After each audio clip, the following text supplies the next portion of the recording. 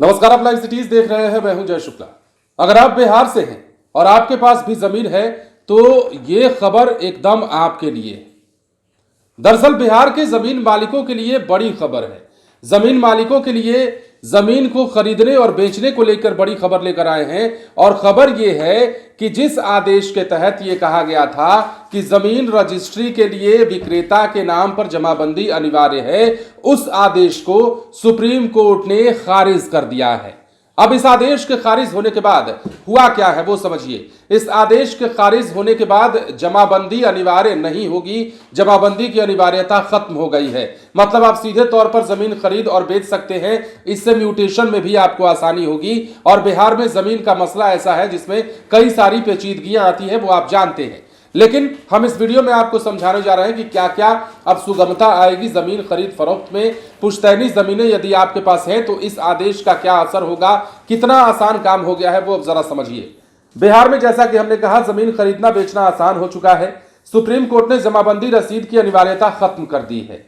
Patna high court के उस आदेश को खारिज किया गया है जिसमें जमीन रजिस्ट्री के लिए विक्रेता के नाम पर जमाबंदी जरूरी थी।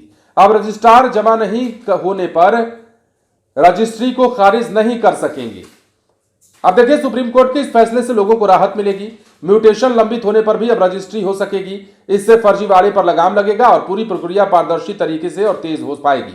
यह भी जान लेना जरूरी है कि जमीन की रजिस्ट्री में होने वाले फर्जीवाड़े को रोकने के लिए बिहार सरकार ने पहली बार 10 अक्टूबर 2019 को नियम बनाया था। अब इसके नाम से, मतलब इसमें यह कहा गया था कि जिसके नाम से जमाबंदी रसीद होगा वही जमीन को बेचने का हकदार होगा। अब बिना जमाबंदी रसीद के जमीन कोई नहीं बेच सकता। लेकिन सरकार के इस फैसले के खिलाफ कोर्ट में कई याचिकाएं दायर हो गई, जिसके बाद कोर्ट ने 15 दिनों के भीतर ही 25 अक्टूबर को सरकार के उस फैसले पर रोक लगा दी।